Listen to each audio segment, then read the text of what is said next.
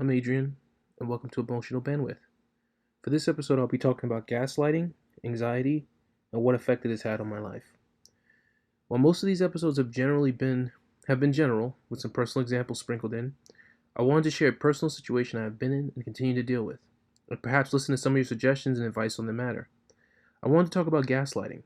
For those unfamiliar with the term, gaslighting refers to a behavior in which a person or group of people try to manipulate you into questioning your feelings and your own reality. It is done with the intention to usually deflect away from the negativity and wrongdoing being visited upon you.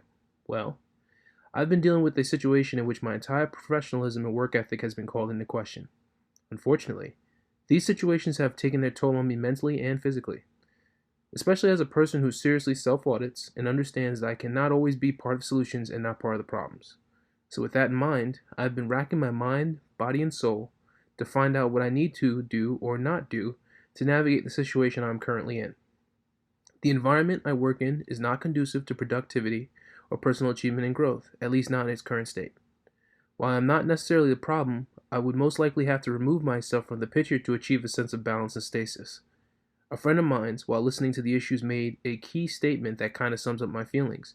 You are valuable, but you are not valued. This begs the question, do I leave? Well, that would be the most direct solution, right? To remove myself from the environment that is causing me all this strife. But it's not so simple. It is a question of my character. Who I am and how I work is a part of my core principles. Anybody you ask that has worked with me or knows me will tell you that I am hardworking and dedicated to doing a good job. But the issues I keep running into revolve around people recognizing that and then trying to abuse me, or pile on, so to speak. And while I can handle the pile on, as I actually function better under pressure, I can't tolerate the lack of respect.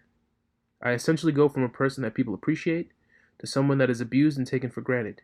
When I question the powers that be, I am railroaded and labeled as having a bad attitude, which then allows all of my needs and wants to be jettisoned and ignored. I know I'm not the only person in the world who has had this happen. I know there are people probably listening to this that are going through this exact same thing. I'm here to tell you that the hardest thing to do in life is believe in yourself when you don't necessarily have the support of people around you. When your heart speaks, it does so without ego or malice. You know at your core who you are. If you feel pain thinking about that, or shy away from the truth, then you are aware of it but do not want to accept it. I have accepted that sometimes, as hard as it is, when things get to the level they are at, you have to accept that you can neither be a part of this problem or the solution, and you must remove yourself from the environment that creates and perpetuates the gaslighting and these negative factors altogether. The gaslighters will tell you things like, oh, well, you couldn't cut it, or maybe you just can't handle pressure, or maybe you're too sensitive. But you've been doing this exact thing this whole time. You've been shouldering a weight that they could never fathom, let alone do in your stead. You'll know this when you leave or remove yourself from the situation, that they will have to get 2 or 3 people to do what you quote unquote couldn't handle, and will redistribute the load, realizing all of the holes and cracks you have filled and covered with your hard work and determination. If no one believes in you in that environment or currently, don't fret. And it may not mean much, but know that I believe in you. I know you're doing the best you can in the circumstances you were given. That is all we can do. But more importantly, I'm here to tell you, you're not crazy. This isn't about righteousness or wrongdoing, but sometimes we have to want more for ourselves than others are willing to give us.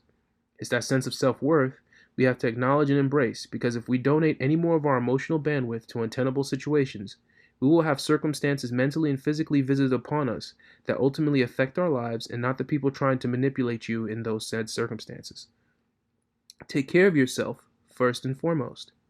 Listen to your heart. It won't lie to you even if others will. I would love nothing more than someone in the current environment to say, no, Adrian, you're not wrong and you're not crazy to feel that way. But it will never happen. Acknowledging that would then allow accountability into the equation, and the lack thereof is what started this in the first place. We don't always get the closure we want or deserve in a relationship, professional, personal, or otherwise, but we have to make our own closure. Know that sometimes you have to be strong for yourself first, even if others don't agree. Trust me, it's to your benefit.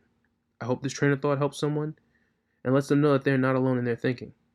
This has been Emotional Bandwidth. I'm Adrian. See you next time.